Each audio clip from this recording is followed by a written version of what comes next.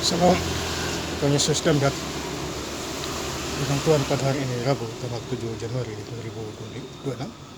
Ya, saya mendalam firman Tuhan Galatia 5 ayat yang pertama hingga ayat yang ke-26. Demikianlah firman Tuhan. Supaya kita sungguh-sungguh merdeka, Kristus telah memerdekakan kita. Karena itu berdirilah teguh dan jangan mau lagi dikenakan kuk perhambaan. Ayat yang ke-26.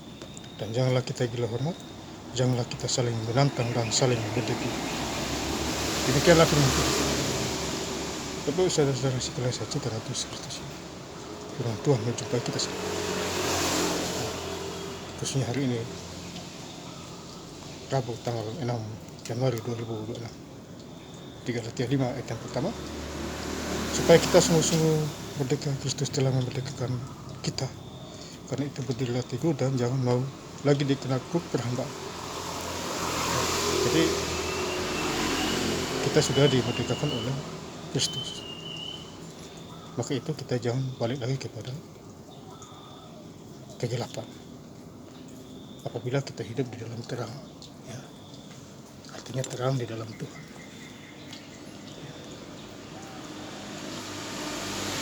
Kita patut bersyukur kepada Tuhan.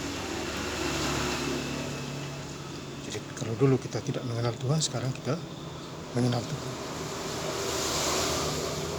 secara pribadi. Firman Tuhan kasih ingat kita sendiri.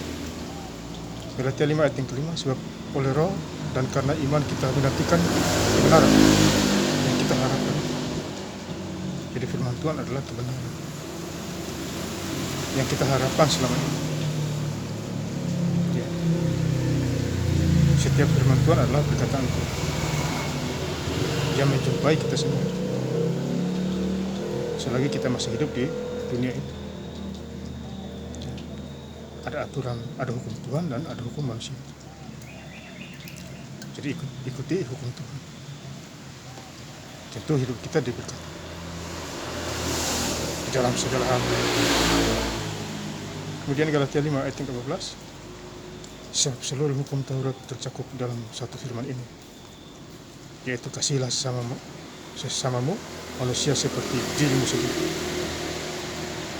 Jadi kita harus mengasihi manusia seperti diri kita sendiri. Ya, Tuhan mengasihi kita. Kita juga mengasihi orang yang takut akan Tuhan. Doakan dia, kalau dia sakit sembuh. Itu adalah pilihan. Saya sangat bersyukur baca Alkitab setiap hari, kurang lebih sehari 5 jam. Baca sampai tahun 2008, yaitu di ujung bulan Desember. Galatia 5 ayat 22, tetapi buah roh ialah kasih, sukacita, damai sejahtera, kesabaran, kemurahan, kebaikan, kesetiaan. 23, kelemah lembutan, penguasaan diri, tidak ada hukum yang menentang hal-hal itu.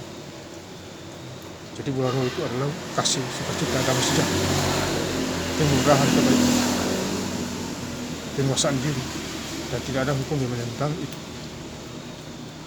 Itu bebas itu. Maka itu 1 Korintus 13 ayat 13, iman, pengharapan, dan kasih yang paling besar ialah kasih.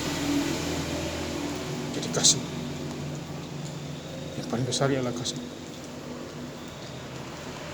Ya, iman tanpa perbuatan adalah mati.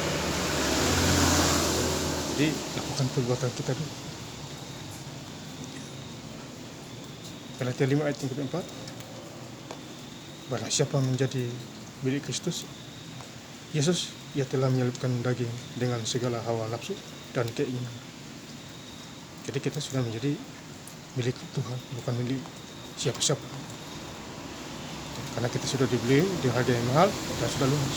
Tuhan beli di bukit lunas hutang. Maka itu kita harus memuliakan Tuhan dan berkenan kepadanya. Itu adalah ibadah yang sejati. Galatia 5 ayat yang ke-25, jikalau kita hidup oleh roh, baiklah kita hidup. Kita juga dipimpin oleh roh. Jadi kita dipimpin oleh roh. Dipimpin oleh roh Tuhan. bukan roh manusia. Ya, ini hujan di Bali. Jadi di Bali ini lagi hujan. Kemudian Galatia 5 ayat yang ke-26, dan janganlah kita gila hormat, janganlah kita saling menantang dan saling mendekati. Jadi jangan kita gila hormat,